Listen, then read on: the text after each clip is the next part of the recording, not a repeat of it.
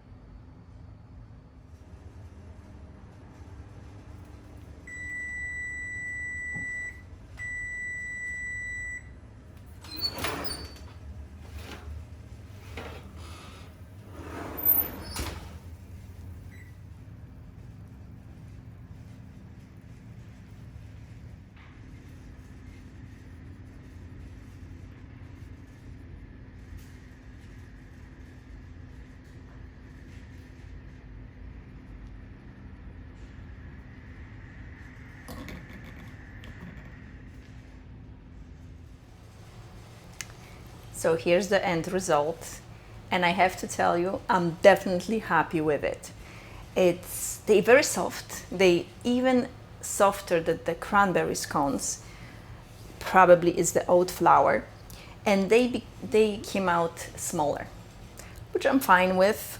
They have though less calories, so it came out to 240 calories per scone, which is pretty good. The regular ones I think was 290 something. Overall, they delicious. They really good. So I dare you to try. And it's all oats, so for some of you who care about this healthy or clean eating, this would be a great recipe. You can also use instead of the regular sugar that I'm using 2 ounces of, you can use all monk fruit or whatever sweetener you like, and pretty much it's not going to have any flour. You can also buy oats gluten-free and make this recipe gluten-free, all your choice. And instead of blueberries, you can use either nuts or anything else. It's pretty much your recipe at the end.